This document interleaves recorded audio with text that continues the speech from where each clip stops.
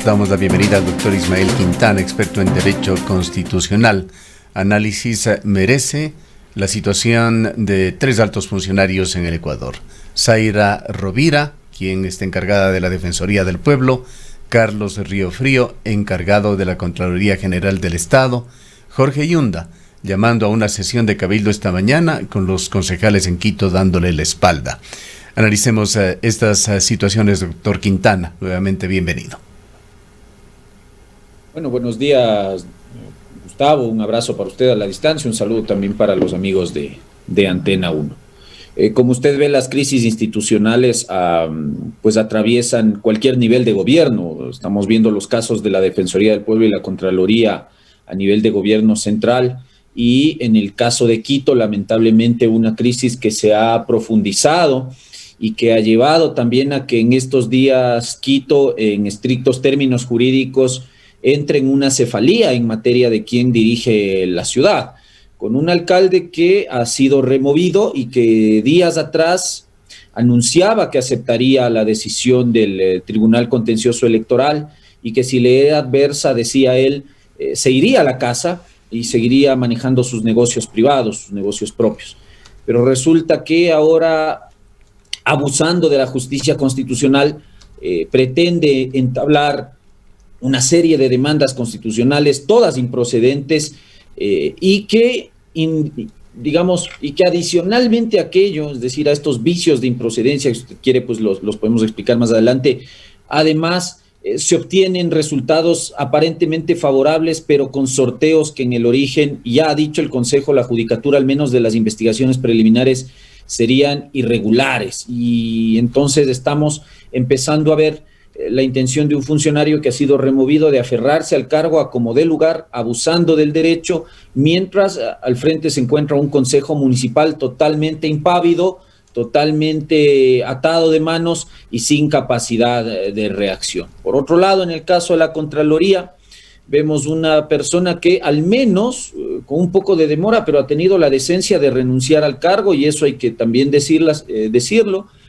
pero que no resuelve la crisis institucional que tiene a la Contraloría en esta situación desde hace ya buen tiempo, y que está lejos de resolverse, dada también la aquiescencia del Consejo de Participación Ciudadana, que con una demora ya notoria decide no convocar al concurso, ¿no? Esto que ya venimos insistiendo a cada rato, el único mecanismo para solucionar este problema es el concurso.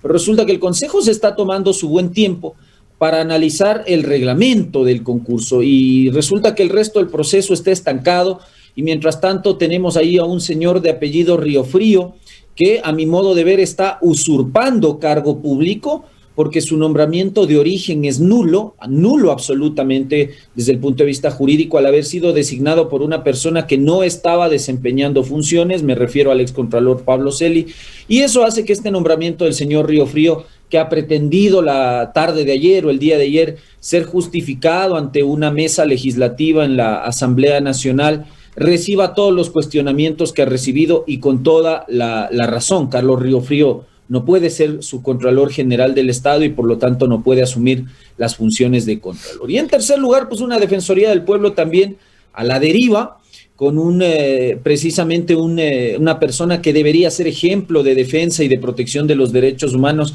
y que está privada de la libertad por vínculo a un proceso penal, nada más y nada menos que por delito de violencia sexual.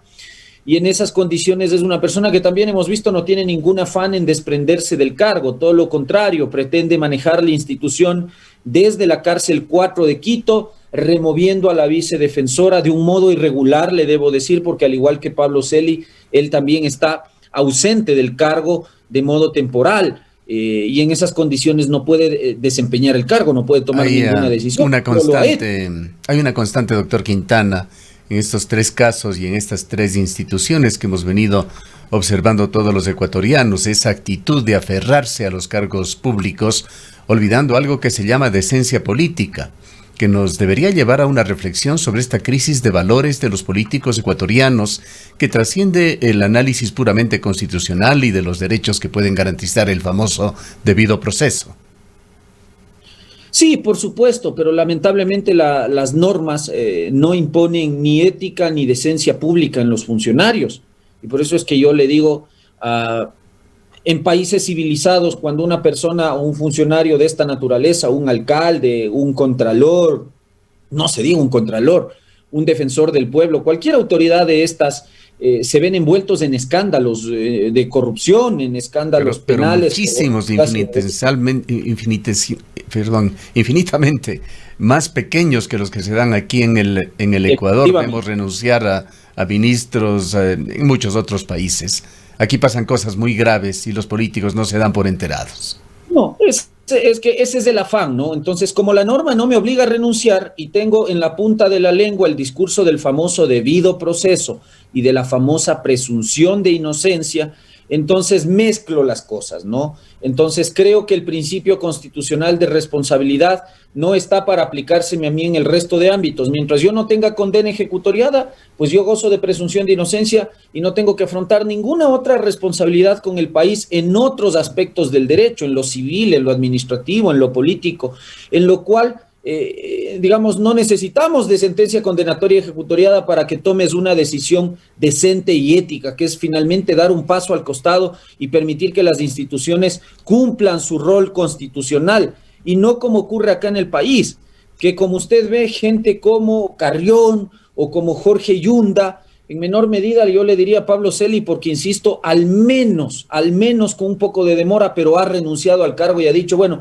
me separo del cargo para que la institución siga su marcha y yo me preocupo y me enfoco en defender el tema en el que hoy estoy metido. Así que en eso, digamos, yo trato de separar a Pablo Celi, no estoy ejerciendo una defensa de Pablo Celi de la Torre, pero sí hay que reconocer que al menos en estos 3 casos ha sido el único que ha tenido la decencia de renunciar, por la razón que haya sido, porque se vio arrinconado, porque le iniciaron juicio político, pero lo ha hecho. Los otros 2 caballeros ahí siguen. ¿Y sabe por qué? Porque acá se cree que el funcionario es dueño de la institución, porque acá la gente maneja las instituciones públicas como si se tratasen de sus haciendas. Ahora, doctor Quintana, colaboradores como sus peones. Y ese es el mal del Ecuador. Justamente en este tema, doctor Quintana, muy buenos días.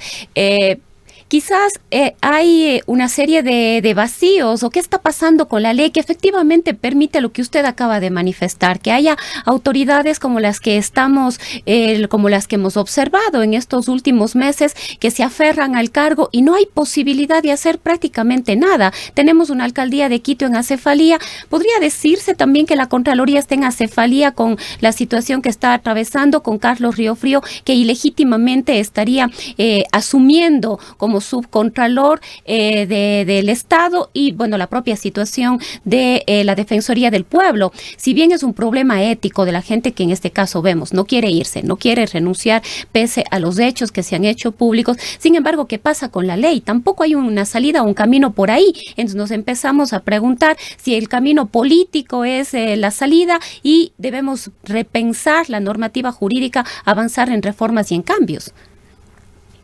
A ver, sí, en parte tenemos un problema de imprevisión normativa en estos casos. Antiguamente nosotros sí teníamos normas que solucionaban estos problemas cuando los funcionarios eran vinculados a procesos penales. Se llamaba antes etapa plenaria, lo que hoy conocemos como etapa de juicio en materia de procedimiento penal.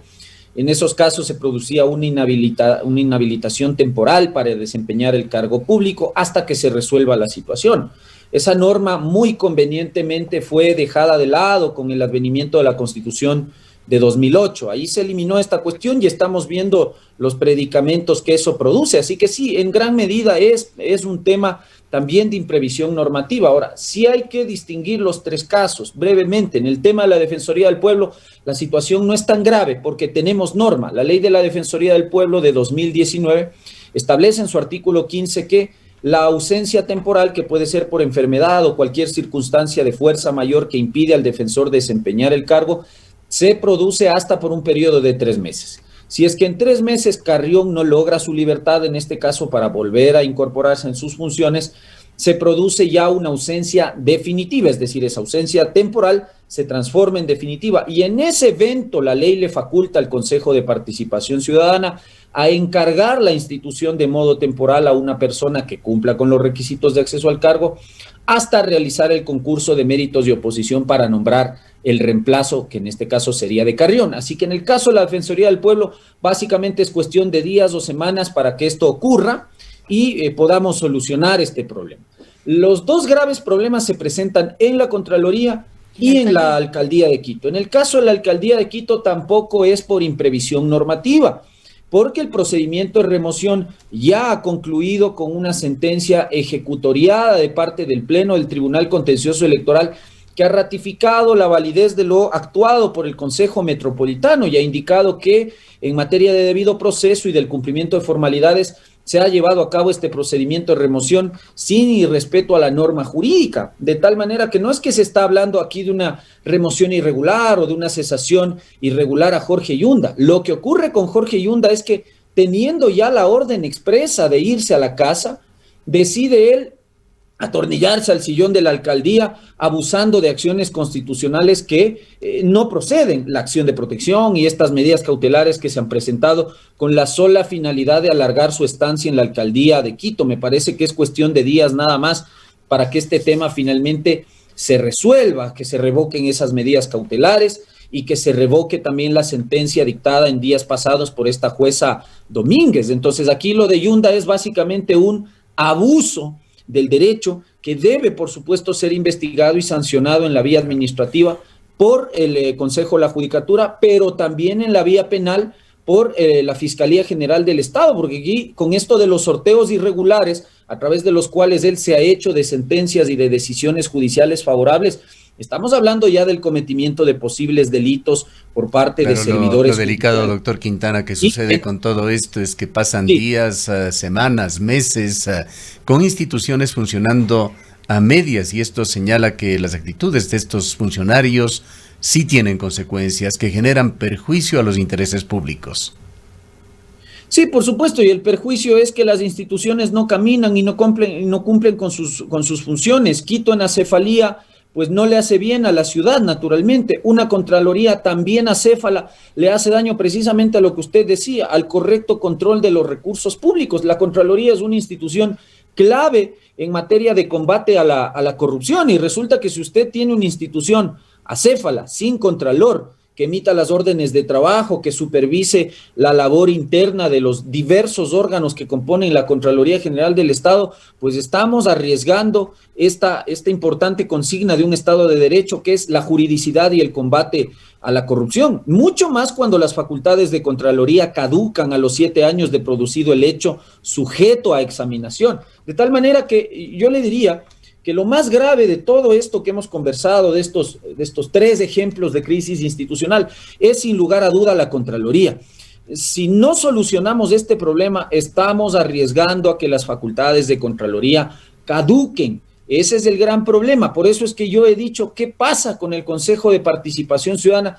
Que trata de hacer lo que no puede en lugar de hacer lo que sí puede y debe, que es nombrar vía concurso al nuevo Contralor. Buscan meter Contralor por la ventana a través de los famosos encargos cuando la ley en el evento de Contraloría no lo permite y cuando el Procurador General del Estado ya ha indicado expresamente que el encargo no procede porque no está previsto ni en la Constitución ni en la ley de la Contraloría. Pero por otro lado, toleramos con una pasividad única que un señor Riofrío, que se cree el Contralor, que ayer ha ido a mentir ante la Comisión me parece que es de Derechos Humanos, de Garantías Constitucionales de la Asamblea, a decir, uno, que Pablo Celi lo nombró a él desde la cárcel, cuando Pablo Celi no podía ejercer funciones estando privado de la libertad, y dos, que a la doctora Zárate, la anterior subcontralora, Pablo Celi le habría aceptado la renuncia, cuando ayer publicaba en su cuenta de Twitter el legislador Villavicencio y exhibía la acción de personal con la cual se acepta la renuncia de Valentina Zárate,